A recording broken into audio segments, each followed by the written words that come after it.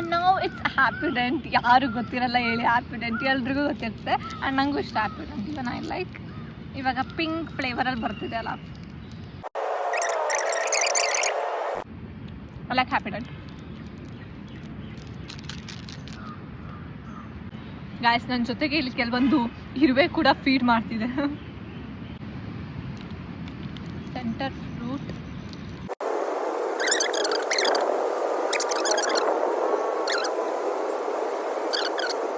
This is actually watermelon flavour.